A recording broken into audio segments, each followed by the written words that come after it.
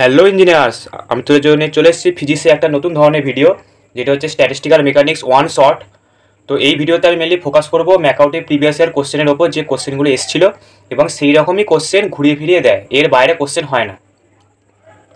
তো আমরা প্রথম জেনে নেবো যে স্ট্যাটিস্টিক্যাল মেকানিক্স ক ধরনের ভাগে বিভাজিত, মানে ক্লাসিফিকেশান জেনে নেবো।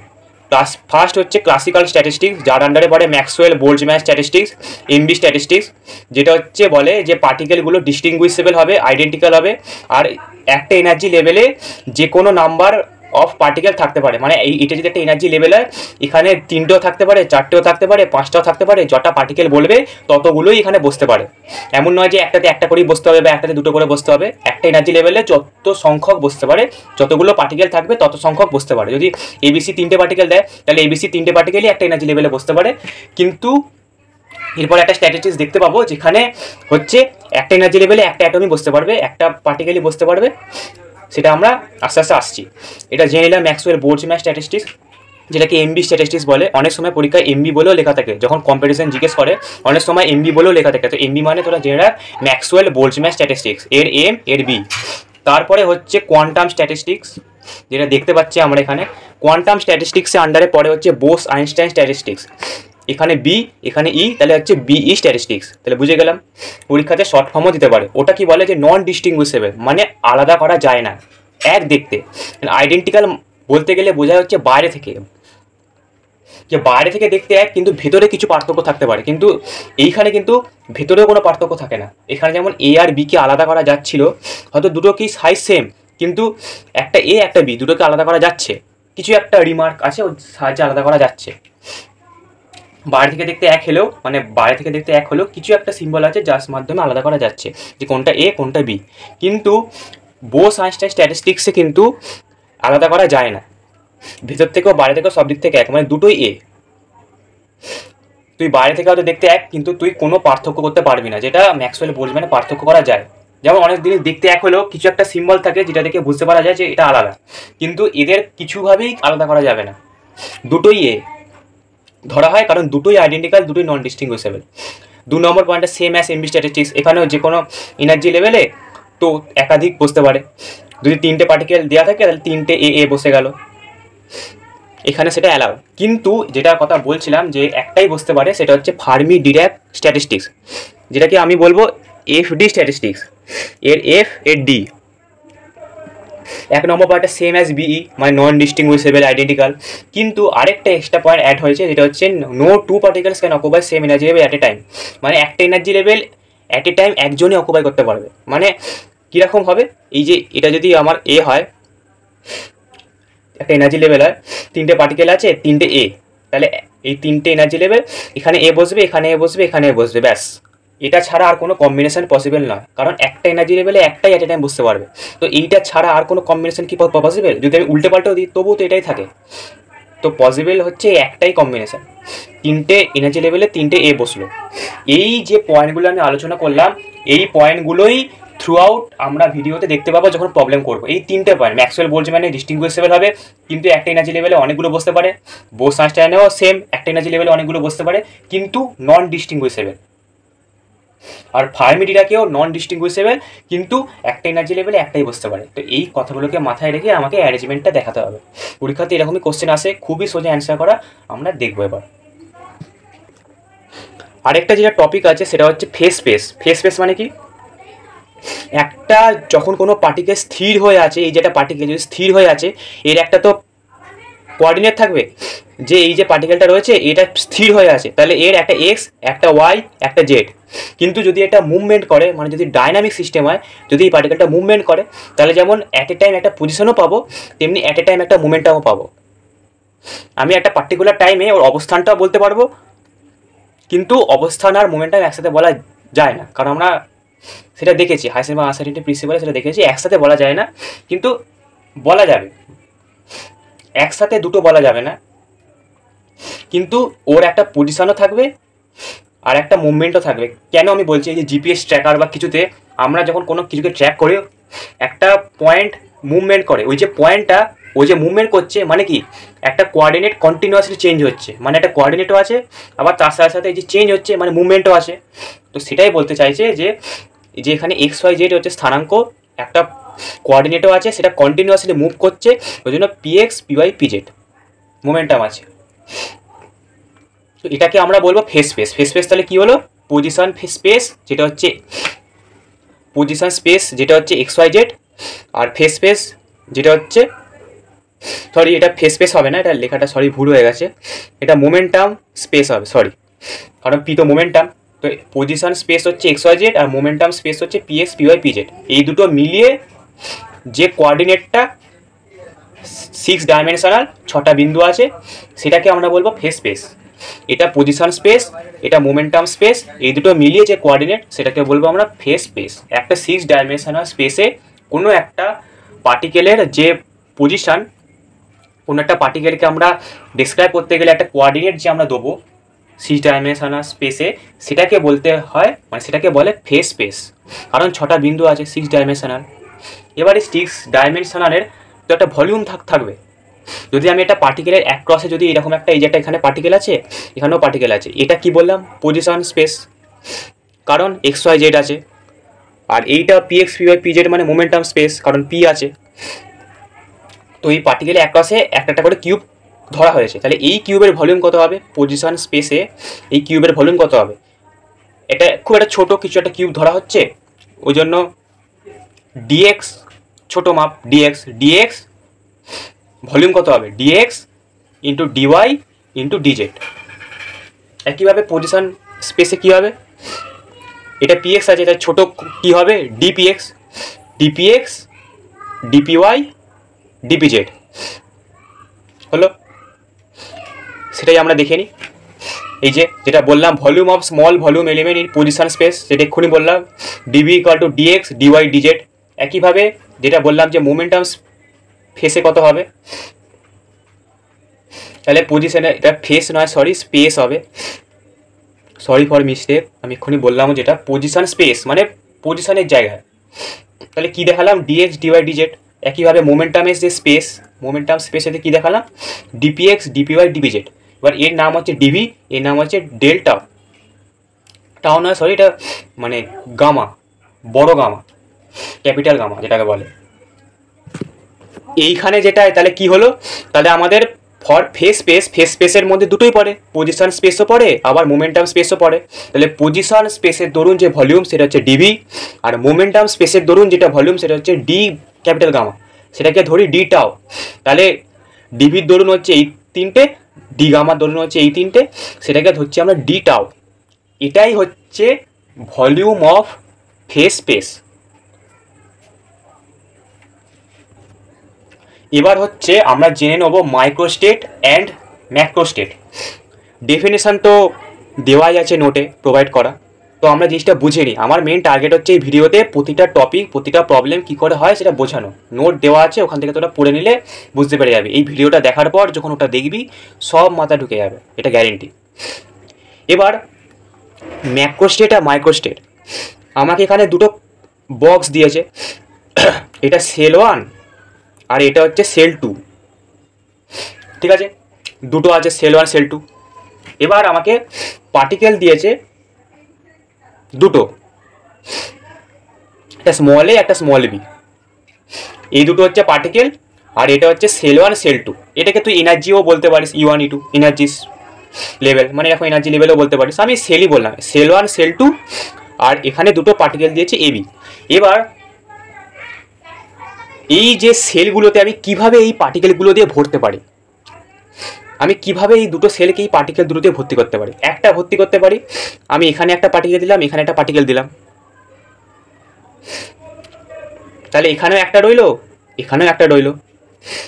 একইভাবে আমরা আরেকটা ভাবে ভরতে পারি, দুটোই আমি এখানে ভরে দিলাম, আমাকে তো কোনো রেস্ট্রিকশান দেয়নি যে কোনটাতে কটা ভরতে পারি, দুটোই আমি এখানে দিয়ে দিলাম আর এখানে আমি কিছুই দিলাম না। তাহলে কেমন হলো, প্রথমে দুটো আছে তারপরে সেলে কিছু নেই, তাহলে সেল 1 সেল 2, এখানে দুটো আছে এখানে কিছু নেই, তাহলে প্রথম সেলে দুটো তারপরে সেলে 0 হয়ে গেল।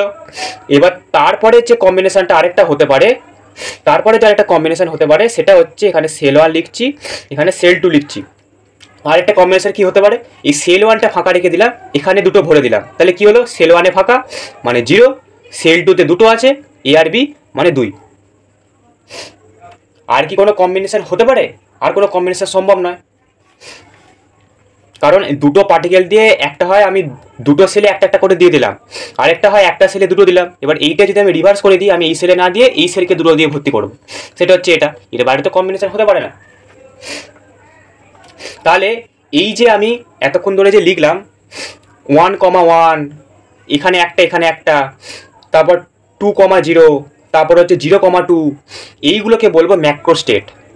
ম্যাক্রোস্টেট মানে আমার ইন্টারনালি কি পার্টিকেল আছে সেটা নিয়ে কোনো মতলব নেই, আমার মতলব হচ্ছে কোন সেলে বা কোন এনার্জি স্টেটে কতগুলো আছে সেটা লিখবো, কোন এনার্জি স্টেটে কতগুলো আছে সেটা লিখবো, তার নাম্বারটা লিখবো। আমার ম্যাক্রোস্টেট হচ্ছে আমার সেটা নিয়ে মতলব, কোন সেলে কটা আছে সেটা আমি কমা দিয়ে লিখবো।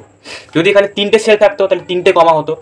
ফার্স্টে সেল 1-এরটা লিখবো, সেল 1-এ কটা আছে 2, কমা সেল 2-তে কটা আছে কিছু নেই 0।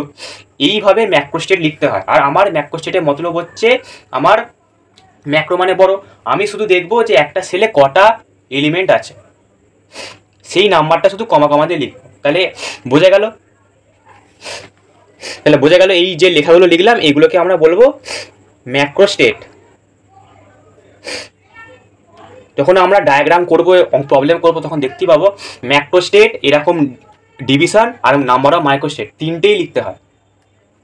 তাহলে ম্যাক্রোস্টেট হয়ে গেল। এবার মাইক্রোস্টেট মানে হচ্ছে এই ভেতরকার কম্বিনেশনগুলো। তাহলে এই যে সেল 1-এ একটা থাকবে, সেল 2-তে একটা থাকবে, এরকম কম্বিনেশন কটা দেখতে পাচ্ছি? একটাই, আমি এখানে 1 লিখে দিলাম। একইভাবে সেল 2-তে দুটো আছে, সেল 1-এ দুটো আছে, সেল 1-এ দুটো আছে আর সেল 2-তে কিছু নেই, এরকম কম্বিনেশন কটা দেখতে পাচ্ছি? একটাই দেখতে পাচ্ছি। যেখানে সেল 1-এ দুটো আর সেল 2-তে কিছু নেই, এরকম কম্বিনেশন একটাই দেখতে পাচ্ছি, 1 লিখে দেবো। একইভাবে সেল 1-এ কিছু নেই, সেল 2-তে দুটো দেখতে পাচ্ছি, এরকম কম্বিনেশন কটা আছে? একটাই আছে।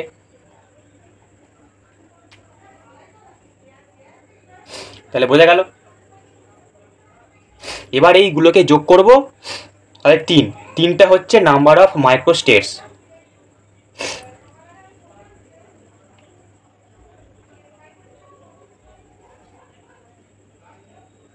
তাহলে বোঝা গেল। তাহলে এই দুটো ছাড়া আর তো কোনো কম্বিনেশন সম্ভব নয়। এ বি হয়ে গেল, এ কমা এ বি কিছু নেই, এটা এ বি হয়ে গেল। তাহলে এটা ছাড়া আর কোনো পসিবিলিটি সম্ভব নয়। এবার যেটা হচ্ছে, হ্যাঁ যদিও এখানে হয় যেটা রুল, যেটা যে নাম্বার অফ মাইক্রোস্টেট, সেটা একবার দেখিয়ে নিই। আরেকটা কম্বিনেশন হবে যেটা হচ্ছে এই এ বি যেটা থাকে সেটাকেও ইন্টারচেঞ্জ করা যাবে। ঠিক আছে, আমি এতক্ষণ 3টে কম্বিনেশন বলছিলাম, আরেকটা কম্বিনেশনও হবে যেটা হচ্ছে এটাকেও ইন্টারচেঞ্জ করা যাবে। কারণ আমার খেয়ালে ছিল না, এখানে এইদিকে বি থাকবে, এই থেকে এ থাকবে, এরকমও তো কম্বিনেশন হতে পারে। যেখানে এখানে বি থাকবে, এখানে এ থাকবে, এরকমও তো কম্বিনেশন হতে পারে। আমরা তো এটা কখন হয় না, আমি যেটা পয়েন্ট টু বি নোটেড, যেটা হচ্ছে এইখানে আমি খেয়াল করিনি, এখানে এ বিটাকে যদি আমি বি এ লিখে আর একটা কম্বিনেশন লিখতাম সেটা কখনো সম্ভব নয়। কিন্তু আমি তো দুটো সেলে আলাদা আলাদা পার্টিকেল বসাচ্ছি, সেটা সম্ভব। আমি যদি কেউ মনে করে যে এখানে এ বি লিখেছি, এখানে বি এ লিখে আরেকটা কম্বিনেশন করি, এখানে বি এ লিখে আরেকটা কম্বিনেশন করি, সেটা সম্ভব নয়। কিন্তু দুটো সেলে আলাদা আলাদা পার্টিকেল বসতেই পারে, কারণ এখানে এ বসিয়েছি, এখানে বি বসিয়েছি। এবার এটাকে যদি ইন্টারচেঞ্জ করি তাহলে সেলের পার্টিকেল ইন্টারচেঞ্জ হবে, একটা সেলের পার্টিকেল ইন্টারচেঞ্জ হচ্ছে না, তো সেটা সম্ভব। সেই কারণে এখানে বি বসিয়েছি, এখানে এ বসিয়েছি। যাই হোক, ভুলটাকে রেকটিফাই করে নেওয়া গেল, সরি ফর মিস্টেক, আমি খেয়াল করিনি। তো এটা হচ্ছে আমাদের সেল 1, এটা হচ্ছে আমাদের সেল 2। তাহলে বোঝা গেল। তাহলে একইভাবে এই কম্বিনেশান তাহলে হবে কটা? 1-1 কম্বিনেশান, এটা 1-1 কম্বিনেশনই তো হবে, কারণ কি বলেছি ম্যাককোসের লেখার নিয়ম, সেল ওয়ানে কটা আছে একটা 1, সেল 2তে কটা আছে একটা 1, ম্যাককোস সেট এইভাবে লিখতে হয়। তাহলে এবার দেখে নিই, এবার যেটা হচ্ছে ম্যাককোস সেট বুঝে গেলাম, যটা থাকবে সেটা কমা কমা দিয়ে লিখতে হবে। তাহলে এইটা আর এইগুলো হচ্ছে ম্যাককোস সেট, যেগুলো কমা কমা দিয়ে লেখা। ম্যাককোস সেটের শুধু মতলব হচ্ছে কটা আছে লেখা। এবার মাইক্রোস সেটটা তাহলে বুঝে নিই। মাইক্রোস সেট মানে হচ্ছে এই যে একটাতে দুটো আছে, একটাতে কিছু নেই, এরকম কম্বিনেশন কটা আছে একটা। একইভাবে প্রথমটাতে কিছু নেই, তারপরটাতে দুটো আছে, এরকম কম্বিনেশন কটা আছে একটা। কিন্তু দুটোতেই একটা একটা করে আছে, সেরকম কম্বিনেশন আছে কটা, এইখানে একটা আর এখানে একটা। এই যে ইন্টারনাল ব্যাপার, এই যে একটা একটা করে আছে, ম্যাক্রোস্টেট কিন্তু 1,1, যে সেল 1-এ একটা আছে, সেল 2-তে একটা আছে, ওর ভেতরে কী আছে ওটা নিয়ে কোনো মতলব নেই, শুধু কটা আছে ও দেখবে। এবার তাহলে সেল 1-এ একটা আর সেল 2-তে একটা, এরকম একটা কম্বিনেশন সম্ভব হতে পারে। এবার এইটা হচ্ছে ম্যাক্রোস্টেট, যেটা হচ্ছে ও শুধু জানান দেবে যে সেল 1-এ একটা থাকতে পারে, সেল 2-তে একটা থাকতে পারে, এরকম একটা কম্বিনেশন করতে পারো। কিন্তু এবার কম্বিনেশনটা কী করবো, সেইটা হচ্ছে মাইক্রোস্টেট। কী হতে পারে, এবি হতে পারে, যেখানে সেল 1-এ এ আছে, সেল 2-তে বি আছে। একইভাবে সেল 1-এ বি আছে, সেল 2-তে এ আছে, দুটো কম্বিনেশনে তো হতে পারে। এরকম ইন্টারনাল ব্যাপারটা হচ্ছে মাইক্রোস্টেট। ও আমাকে একটা থাকবে, এরকম ব্যাপার হচ্ছে যে ও শুধু আমাকে ম্যাক্রোস্টেট শুধু বলবে যে কটা কটা আছে, সেল 1-এ একটা থাকতে পারে, সেল 2-তে একটা থাকতে পারে, এরকম কম্বিনেশন তুমি করতে পারো, এটা হচ্ছে ম্যাক্রোস্টেট বলবে। কিন্তু মাইক্রোস্টেট বলবে যে তুমি কীভাবে অ্যারেঞ্জমেন্ট করতে পারো, তুমি সেল 1-এ একটা এ দাও, সেল 2-তে বি দাও, এরকম একটা করতে পারো, তাহলে একটা থাকছে। আবার সেল 1-এ বি দাও, সেল 2-তে এ দাও, তাহলে একটা থাকছে, এরকম কম্বিনেশন করতে পারো। তাহলে এইটাকে বলবো মাইক্রোস্টেট আর এটাকে বলবো ম্যাক্রোস্টেট। তাহলে বোঝা গেল। এবার আমরা কিছু থিওরি কোশ্চেনে চলে আসি, শেষে প্রবলেম করব। আরেকটা হচ্ছে বোস একটা হচ্ছে কম্প্যারিজন অফ বিই এমবি আর এফডি স্ট্যাটিস্টিক্স। এই যে কোশ্চেনটা, এটা নোটেতে সুন্দর করে দেওয়া আছে, আমি এছাড়া প্রথমে আলোচনা করে দিলাম, ওইগুলি পার্থক্যে লিখতে হবে। একদম স্কোরিং কোশ্চেন, কিন্তু খুব ইম্পর্টেন্ট কোশ্চেন। আমি ইম্পর্টেন্ট কোশ্চেনের ভিডিওতে সবই আলোচনা করে দিয়েছি, এটা বলেছিলাম তো এটা করে দিলাম। তারপরে হচ্ছে বোস আইনস্টাইন থেকে প্লাঙ্কস রেডিয়েশন ল প্রুফ। ফার্স্টে কিছু লেখা দেখে নেবো, যে ফোটনস হচ্ছে বোস আইনস্টাইনের মধ্যে পড়ে, বোসনসের মধ্যে পড়ে। তো photons are particles of zero rest mass. Photons are indistinguishable, কারণ বোস আইনস্টাইনের কন্ডিশন হচ্ছে ইনডিস্টিংগুইশেবল হতে হবে from one another, and their number in a system is naturally constant. তো এটা নট ইকাল টু জিরো হবে ইন দিস কেস। তারপর ওই মাস ড্রপ অক্সিলারি কন্ডিশন, যেখানে আমরা এখানে জিরো ধরবো, নিয়ে therefore the undetermined multiplier alpha is equal to zero ধরবো। এবং 3 নম্বর কন্ডিশন হচ্ছে ফোটনস আর বোস পার্টিকেলস লেখাই আছে বোসনসের মধ্যে পড়ে, বোস পার্টিকেলকে বোসনসও বলে। এগুলো এমসিকিউতে আসে। With spin 1 having 2 modes of propagation. 2 modes of propagation মানে দুরকমভাবেই প্রোপাগেট করতে পারে, মানে একটা এইভাবে প্রোপাগেট করতে পারে, একটা এরকমভাবে প্রোপাগেট করতে পারে, একটা এরকমভাবে, একটা এরকমভাবে। আর এই যেটা লেখা আছে এটা হচ্ছে বোস সায়েন্সের স্ট্যাটিস্টিক্সের ডিস্ট্রিবিউশন ফাংশন। নোট দিয়ে দেওয়া হবে, নোট অলরেডি দেওয়াই আছে, ওখানে লেখাই আছে, যদিও নোট দেওয়াই আছে, এখানে সব লেখা আছে। এটা ডিস্ট্রিবিউশন ফাংশন বোস আইনস্টাইনের, এখান থেকেই ওই প্রুফটা হবে। ফার্স্ট হচ্ছে face space volume. Face space volume আমি একটু আগে দেখালাম, যে এটা পজিশন স্পেসের দরুন একটা ভলিউম হয়, আর মোমেন্টাম স্পেসের দরুন একটা ভলিউম হয়, দুটো গুণ করতে হয়। হয়ে গেল। নাম্বার অফ ফেস সেলের ফর্মুলা কি, ভিটা হচ্ছে এইটা ইন্টু এইটা, যেটা একটুখানি দেখালাম আর কি, ফেস স্পেসের যে ভলিউমটা হয়, ভি ইন্টু মোমেন্টাম স্পেসের যে volume by h cube. H কিউবটা হচ্ছে একটা ছোট যদি ভলিউম ধরা হয় সেটা হচ্ছে এইচ কিউব হলো। তারপর হচ্ছে number of phase cell or quantum state in the momentum range P থেকে পি প্লাস ডিপি, সেটাকে বলবো gpdp. Number of phase cell বা কোয়ান্টাম স্টেটে ওই নাম্বারটাকে আমরা বলবো জিপিডিপি। এনার্জি হলে এখানে ই হবে। তারপর এখানে ক্যালকুলেট করছে কীভাবে, একটা কিউব ধরছে যার রেডিয়াস হচ্ছে পি, আরেকটা কিউব ধরছে যার রেডিয়াস হচ্ছে পি প্লাস ডিপি, নিয়ে এই যে হিজিবিজি জায়গাটা এর ভলিউম বার করছে। তাহলে কী হবে, 4/3 পাই এই বড়টার p plus dp whole cube minus ছোটোটার 4/3 পাই পি কিউব। এই বড়টা থেকে ছোটোটা বাদ দিলে তবেই তো হিজিবিজি জায়গাটা পাবো, তো এটা ভলিউমটা বাদ দিলাম, নিয়ে অ্যান্সারটা হবে 4 পাই পি স্কোয়ার ডিপি। এবার এখান থেকে এটা এলো কী করে সেটা এবার দেখে নিই। এখানে এই যে 4/3 pi p plus dp whole cube minus 4/3 pi p cube, এটাকে যদি ভাঙি এ প্লাস বি হোল কিউবকে, তাহলে a cube plus b cube plus 3ab into a plus B.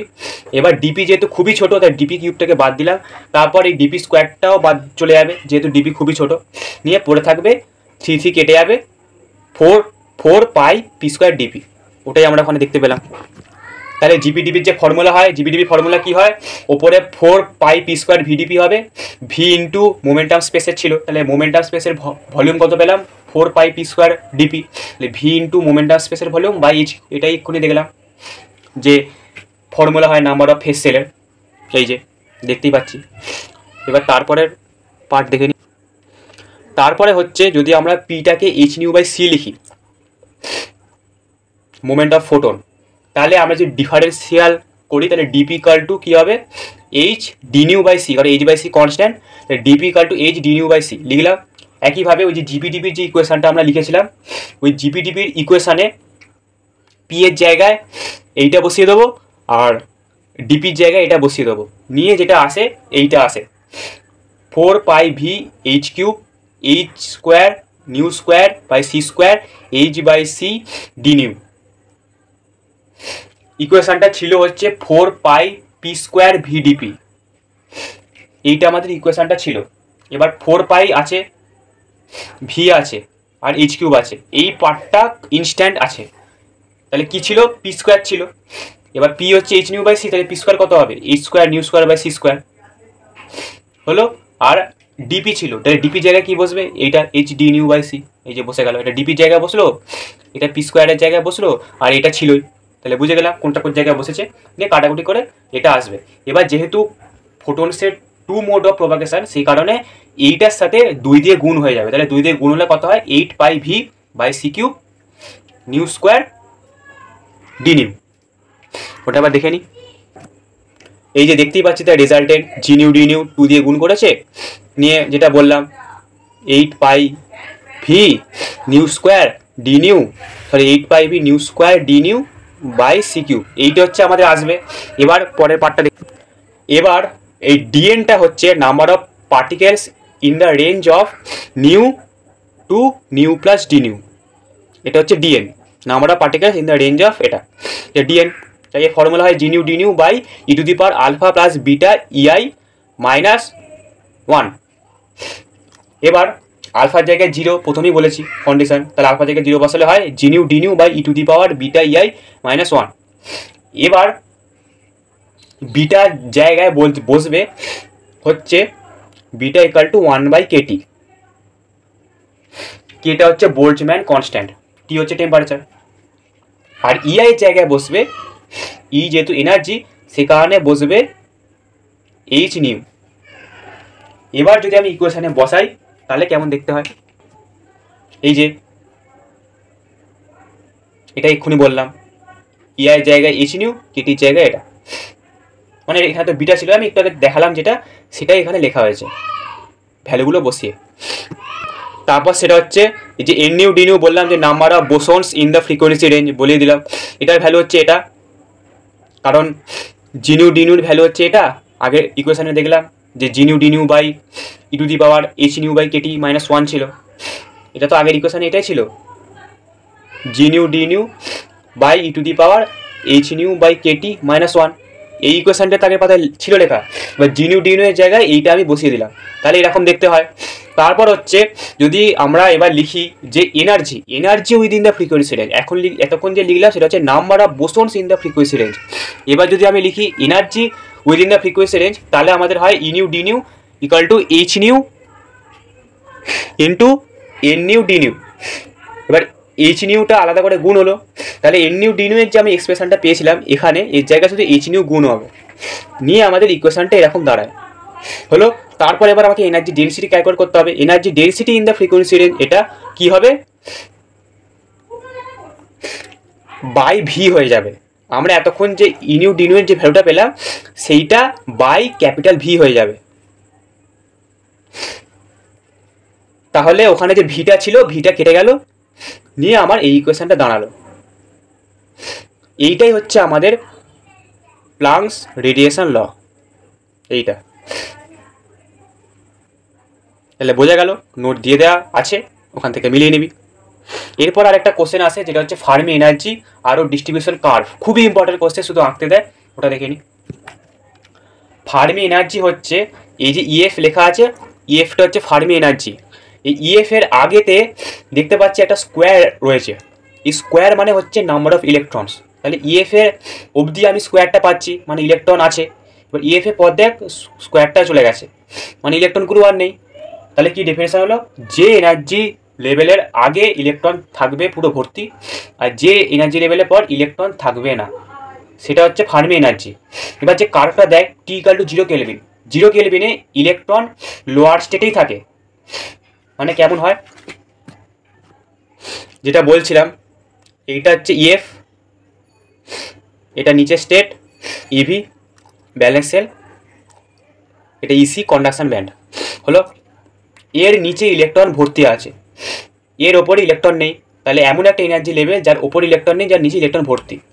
এটা হচ্ছে টি ইকুয়াল টু 0 কেলভিনে যখন কোনো টেম্পারেচার দিয়ে নিই। কিন্তু যখন টি গ্রেটার দেন 0 কেলভিন হবে, যখন টেম্পারেচার দেওয়া শুরু করবো, তখন কি হবে, তখন এইখানে যে ইলেকট্রনগুলো ছিল একটা একটা করে কন্ডাকশন ব্যান্ডে যাওয়া শুরু করবে। তাহলে এখান থেকে যদি দুটো ইলেকট্রন চলে যায়, মানে দুটো পড়ে আছে, দুটো কন্ডাকশন ব্যান্ডে চলে গেছে, আরেকটু টেম্পারেচার বাড়ালাম, সবগুলি চলে গেল। তাহলে এই যে ফার্মি ডিস্ট্রিবিউশন যে কার্ভটা, এটা হচ্ছে ইএফ যখন 0 কেলভিন, তখন সমস্ত ইলেকট্রন ইএফ এর আগে আছে, পুরো চাকাচাক ভর্তি। ইএফ এর পর কিছু নেই, এই যেখানে ইএফ এর আগে ভর্তি, ইএফ এর পর কিছু নেই। যখন আস্তে আস্তে টেম্পারেচার বাড়াচ্ছে, তখন কি দেখলাম, ইভিতে দুটো ইলেকট্রন কমে গেল, মানে এখান থেকে দুটো ইলেকট্রন কমে গেল, আর ইসিতে দুটো ইলেকট্রন বেড়ে গেল। তাহলে কেমন হবে, যতটা কিউব ছিল ততটা তো কিউব থাকবে না, একটু কমে যাবে। তাহলে একটু কমে গেল,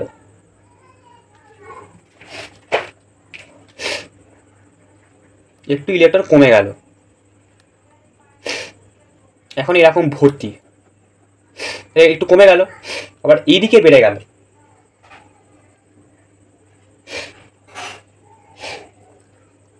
এদিকে আবার ইলেকট্রন বেড়ে গেল। এদিকে এতক্ষণ কিছু ছিল না, এখন একটা এরিয়া পেলাম। এদিকে একটা এইদিকে কিছুটা এরিয়া কমলো, এই যে এটা ফার্স্টে ছিল 0 কেলভিনে, এখান থেকে কিছুটা কমলো, যখন টি গ্রেটার দেন 0 কেলভিন দুটো ইলেকট্রন উপরে চলে গেল, মানে দুটো ইলেকট্রন ইভি থেকে কমে গেল, ওই কারণে এখান থেকে একটু কমে গেল। তাই যতটা কমলো ততটাই আবার এখানে তৈরি হলো ইএফ এর পরে, এই যে ততটাই ইএফ এর পর তৈরি হলো, দুটো কমলো, দুটোই আবার তৈরি হলো, মানে গেল। তাহলে বোঝা গেছে এই কার্ভটা দেয়। এরপর একটা কোশ্চেন আসে, সেটা দেখে নিই। এরপর দুটো থিওরিটিক্যাল কোশ্চেন আসে, একটা আছে যে ইএফ এর ডেরিভেশন লেখো। তাহলে শুরু করাতে কীভাবে ইএফ এর ডেরিভেশন লেখে। ফার্স্ট হচ্ছে f e equal to n e by g e, n equal to g e into f e. তাহলে n e d e equal to g e f e d e. N e ডিইটা হচ্ছে number of electrons in the energy range, e plus d e, e to e plus d e. জিটা number of phase cell, এফিটা হচ্ছে Fermi function. তারপরে n হচ্ছে total number of electron, যেটা 0 থেকে infinite energy level অবধি আমরা ইন্টিগ্রেট করব, হচ্ছে এনইডিই, কারণ এনইডিইটা হচ্ছে ই থেকে ই প্লাস ডি এনার্জি রেঞ্জের মধ্যে ইলেকট্রনের সংখ্যা। এবার এনইডিইটা কি লিখলাম একটু আগে, জিই এফই ডিই, এটাকে লিমিটটাকে ব্রেক করে দিলাম, 0 থেকে ইএফ, আর ইএফ থেকে ইনফাইনাইট। আমি একটু আগে যে আঁকাটা দেখলাম ফার্মি লেভেলের যে আঁকাটা একটু আগে আমি দেখালাম, এই যে এইটা, যেখানে আমি দেখলাম যে টি ইকুয়াল টু 0 কেলভিন যে কন্ডিশন, সেখানে ইএফ এর আগে মানে ইএফ 0 থেকে ইএফ অবধি বক্সটা রয়েছে, মানে ইলেকট্রন রয়েছে। ইএফ এর পর কোনো বক্স ছিল না, মানে ইলেকট্রন ছিল না। 0 থেকে ইএফ অবধি 1 হবে প্রবাবিলিটি, আর ইএফ এর থেকে ইনফাইনাইট অবধি হবে 0। তাহলে ইএফ থেকে ইনফাইনাইট টার্মটা বাদ চলে যাবে।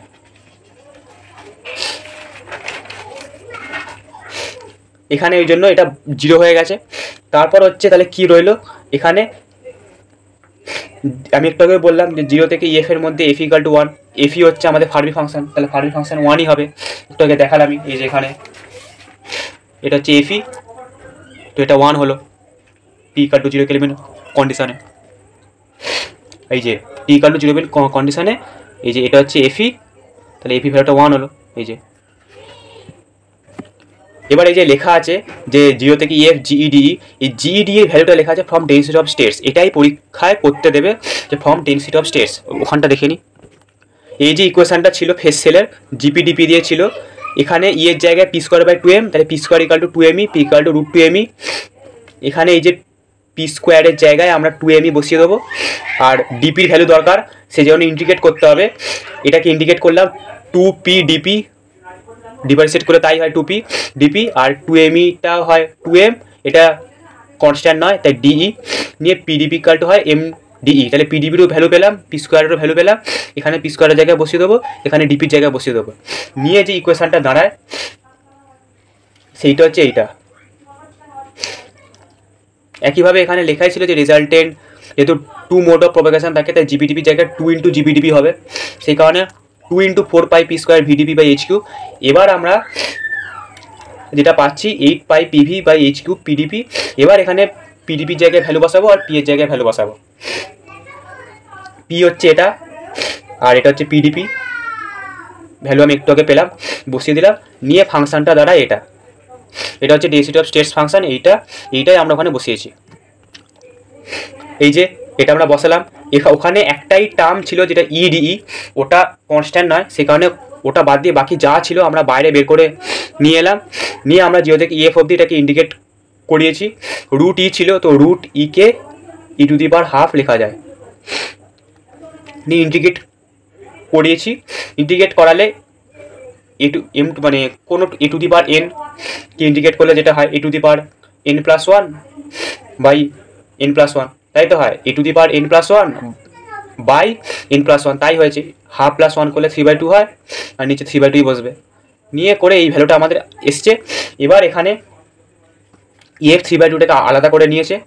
এখানে যেটা হচ্ছে সেটা হচ্ছে এখানে √2 যেটা আছে আর এখানে h³ আছে, এখানে h²টাকে ভেঙেছে আর এখানে √2টাকে আলাদা করেছে। এই যে 8πv আছে, এখানে 3/2 আছে। এবার 2টা যদি ওপরে চলে যায় তাহলে হয় 2√2।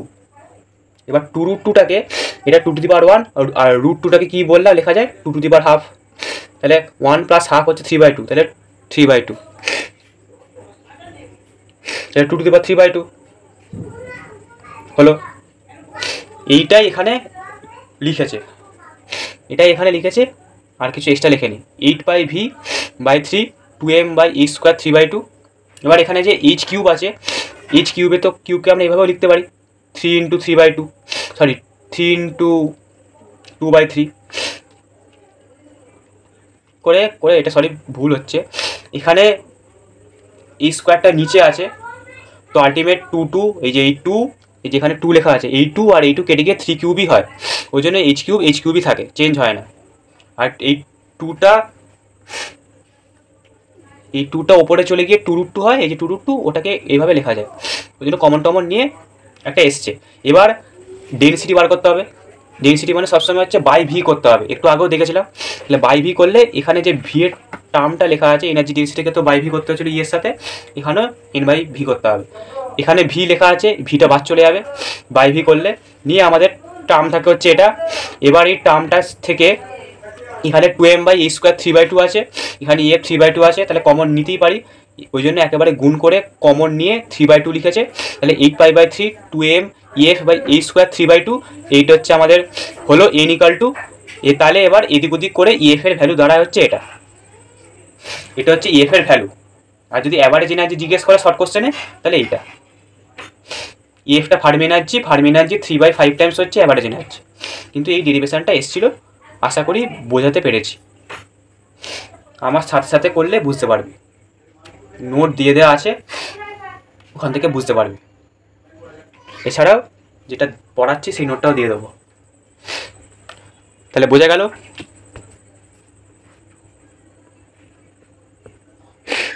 এরপর আরেকটা থিওরি কোশ্চেন আছে, ওটা দেখে নিই।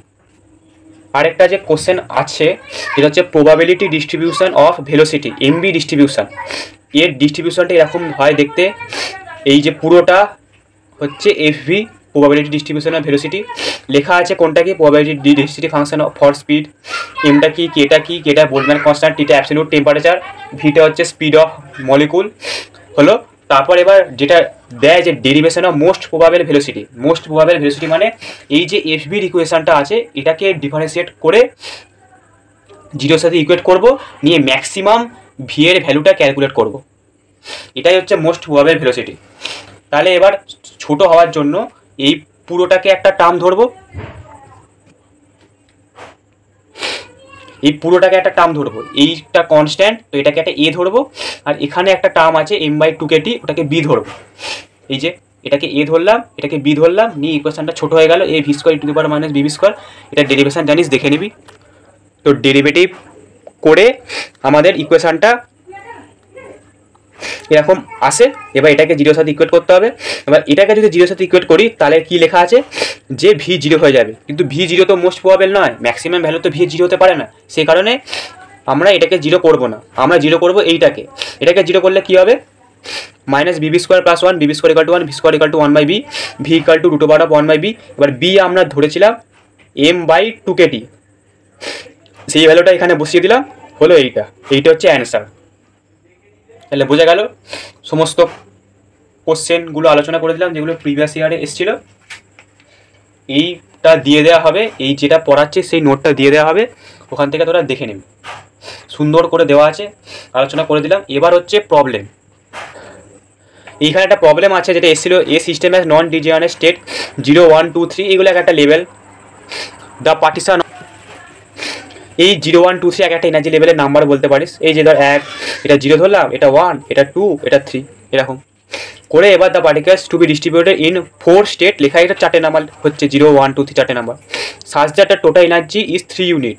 এমনভাবে পার্টিকেলগুলোকে সাজাতে হবে যাতে পুরো সিস্টেমে, এটা একটা সিস্টেম, এর ভেতরে 4টে এনার্জি লেভেল আছে, এমনভাবে পার্টিকেলগুলোকে এখানে দিতে হবে যাতে সিস্টেমের টোটাল এনার্জি 3 ইউনিট হয়।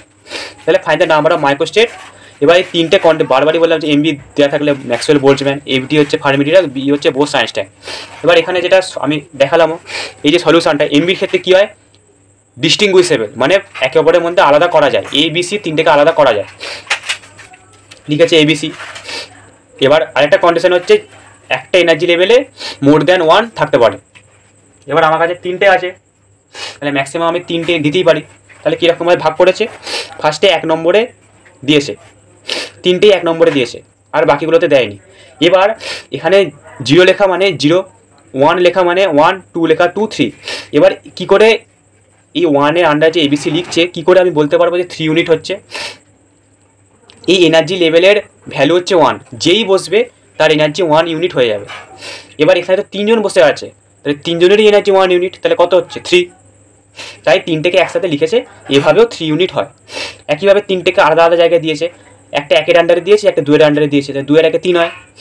এরকমভাবে এদিক ওদিক এভাবে এদিক ওদিক করে একটা কম্বিনেশান সেট করেছে। এই যে এই অবধি, এখান থেকে এই অবধি যদি আমরা দেখি তাহলে দুটো করে পার্টিকেল, একটা 1-এ থাকছে, একটা 2-এ থাকছে, তাহলে টোটাল 3 হচ্ছে, আরেকটাকে 0-তে রেখে দিচ্ছে। এইভাবে এইগুলো সাজিয়েছে এদিক ওদিক করে। তারপর হচ্ছে একটাকে 3-এতেই রাখছে আর দুটোকে 0-তে রাখছে। একটাকে 3-এতে রাখছে, তাহলে 3 ইউনিট একেবারেই হয়ে যাচ্ছে, আর বাকি দুটোকে 0-তে রাখছে। 3টে পার্টিকেল আমার কাছে আছে, একটাকে যদি আমি 3-এতে রাখি তাহলে আমার সিস্টেমের এনার্জিটা 3 ইউনিট হলেই হলো। 4টে এনার্জি লেভেল আছে, 0, 1, 2, 3। এবার ওই সিস্টেমে এমনভাবে পার্টিকেলগুলোকে সাজাবো যাতে সিস্টেমের টোটাল এনার্জি 3 ইউনিট হয়। এবার যেখানে 1 লেখা আছে, এখানে যাই আমি রাখবো তার এনার্জি 1 ইউনিট হয়ে যাবে। তাহলে 3টে রাখা আছে, 3 ইউনিট। এইভাবে তোরা অ্যারেঞ্জমেন্ট করতে পারিস। একটা 3 কতভাবে হয়, 1 + 1 + 1 হয়, 2 + 1 হয়, 3 + 0 হয়, তাই তো? এইভাবেই তোকে সাজাতে হবে। তাহলে এখানে 1 + 2 অ্যারেঞ্জমেন্ট হচ্ছে, প্রথমে এইটা হলো, তারপরে এইটা হলো, তারপরে হচ্ছে পড়ে রয়েছে এইটা। তাহলে 3 ইউনিটেই একটা করে দিচ্ছে, আর বাকি যে দুটো পড়ে যাচ্ছে সেগুলোকে 0-তে দিয়ে দিচ্ছে।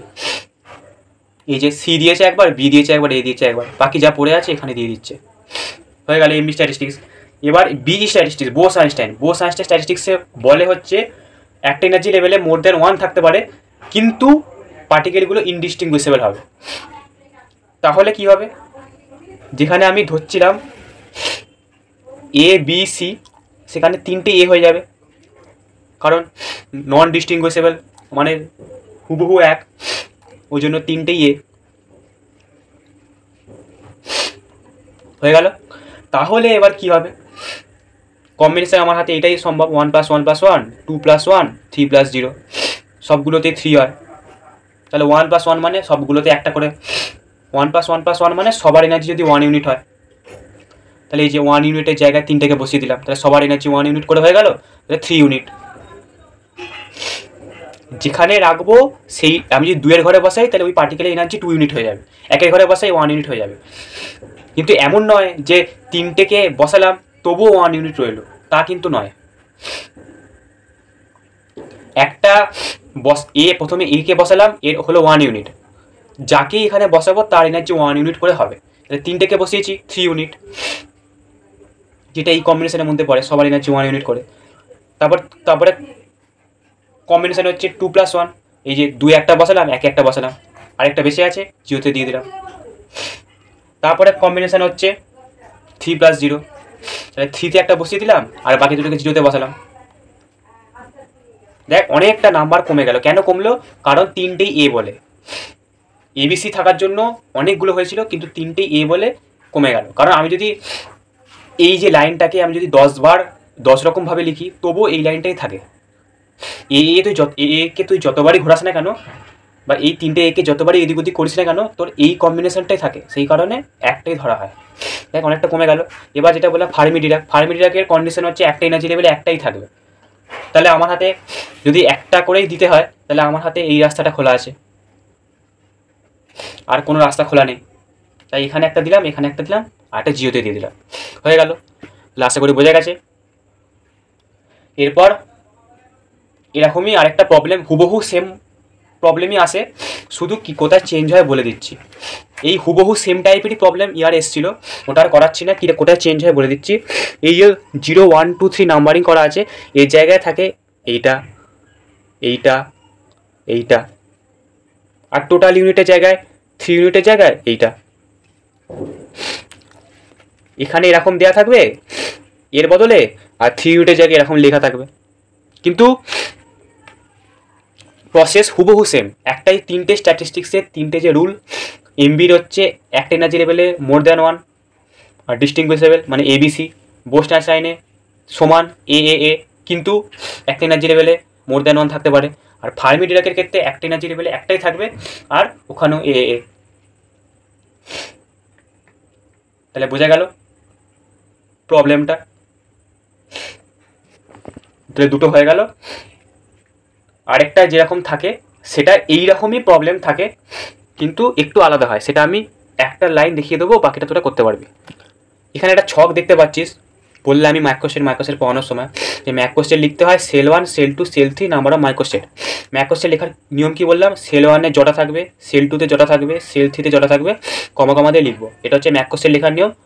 আর যে কম্বিনেশনটা পাবো এই ম্যাক্রোস্টেটের সেটা লিখবো। ওখানে দেখেছিলাম যে 1-1-এর দুটো পাচ্ছি, তাহলে মাইক্রোস্টেট দুটো। ম্যাক্রোস্টেটের মতলব হচ্ছে বাইরেরটাকে নিয়ে কটা আছে ও শুধু সেটা বলে দেবে যে তুমি এরকমভাবে সাজাতে পারো। কীভাবে সাজাবে সেটা মাইক্রোস্টেটের কাজ। ইন্টারনাল ব্যাপার মাইক্রো মানে ছোট, আর ম্যাক্রো মানে বড়, তাহলে ও আউটসাইডের ব্যাপারটা দেখবে। তাহলে এখানে ম্যাক্রোস্টেট বলে দিয়েছে তুমি সেল 1-এ 3টে রাখতে পারো, সেল 2-তে কিছু রেখো না, সেল 3-তে কিছু রেখো না। এবার সেল 1-এ আমি কী রাখবো, এ রাখবো না বি রাখবো না সি রাখবো, সেটা আমার ব্যাপার। এবারে এই যে ও বলে দিয়েছে যে সেল 1-এ 3টে থাকবে, সেল 2-তে কিছু থাকবে না, সেল 3-তে কিছু থাকবে না, এই রকম কম্বিনেশন কটা হতে পারে সেইটা হচ্ছে মাইক্রোস্টেট।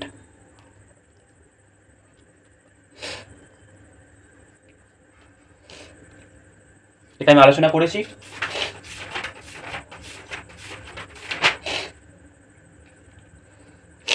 করেছিলাম যে 1-1-এর ক্ষেত্রে দুটো হয়, তার 2টা হচ্ছে মাইক্রোস্টেট আর 1-1টা হচ্ছে ম্যাক্রোস্টেট। একইভাবে আমাকে 3টে পার্টিকেল বলে দিয়েছে, যেটা হচ্ছে এ, বি, সি। এইখানে নাম্বার লিখে দেওয়া আছে, এই নাম্বারগুলো অনুযায়ী তোরা বসিয়ে নিবি, নোটেতে দেওয়া আছে, ওখান থেকে তোরা দেখতে পেয়ে যাবি, কিন্তু আমি বলবো তোরা নিজেরা কর। ম্যাক্রোস্টেট লিখে দেওয়া আছে, তোরা নিজেরা করতে পারবি। তাহলে 3টে হচ্ছে, তাহলে এ, বি, সি 3টে পার্টিকেল আছে, বলেছে যে সেল 1-এর 3টে থাকবে, তাহলে এ, বি, সি, এগুলোতে কিছু থাকবে না। নাম্বার অফ মাইক্রোস্টেট কথা একটাই, এরকম 3-0-0 কম্বিনেশন আমি একটাই পেলাম 1। একইভাবে 0-3 সেল 1-এ কিছু রেখো না, সরি এরকম সেল 2-তে 3টে রাখো, এ, বি, সি, সেল 3-তে কিছু রেখো না, 0। এই নাম্বারগুলো বলছে তুমি কোন সেলে কটা রাখবে। ফার্স্টে 0 আছে মানে সেল 1-এ কিছু রেখো না, তারপর 0 আছে মানে সেল 2তে কিছু রেখো না, তারপর 3 আছে মানে সেল 3তে 3টে রাখো। এইভাবে করে করে জিনিসটা এগোবে। এইভাবে করে করে যেমন নাম্বার লেখা আছে সেই অনুযায়ী তোরা বসাতে বসাতে যাবি, নিয়ে যত হবে সেটা তোরা লিখে দিবি টোটাল এত মাইক্রোস্টেট। আর একটু আগে যেরকম এনার্জি লেভেল দিয়ে বোঝালাম, ওই এনার্জি লেভেলের জায়গায় শুধু আছে সেল। যেমন 0 1 2 3 টেবিল করা ছিল, সেখানে শুধু সেল 1 সেল 2 সেল 3 লেখা আছে, কিন্তু ম্যাক্সওয়েল বোল্টজম্যান, বোস আইনস্টাইন আর ফার্মি যেভাবে বসায় সেইভাবে সব জায়গায় বসবে। এই যে ডিস্ট্রিবিউশনটা আমি দেখাচ্ছি এটা বিইর ক্ষেত্রে দেখাচ্ছি, বিইর ক্ষেত্রে সরি এটা এমবি হবে, এমবির ক্ষেত্রে এবিসি হয়। তারপর বিইর ক্ষেত্রে 3টি এ হবে, আর এফডি ক্ষেত্রে 3টি এ হবে, কিন্তু রুলগুলো আলাদা। বারবারই বলছি এমবি স্ট্যাটিস্টিক্স মানে হচ্ছে এবিসি থাকবে, আর হচ্ছে একটা সেলে মোর দ্যান 1 বসতে পারে। আর বোস আইনস্টাইনের 3টি এ হবে, কিন্তু একটা এনার্জি লেভেলে মোর দ্যান 1 বসতে পারে। আর ফার্মি ডিরাকে 3টেই এ হবে, কিন্তু একটা এনার্জি লেভেলে একটা করে বসতে পারে। এই কন্ডিশনটা আমি একটু আগে উদাহরণ দিয়ে বোঝালাম।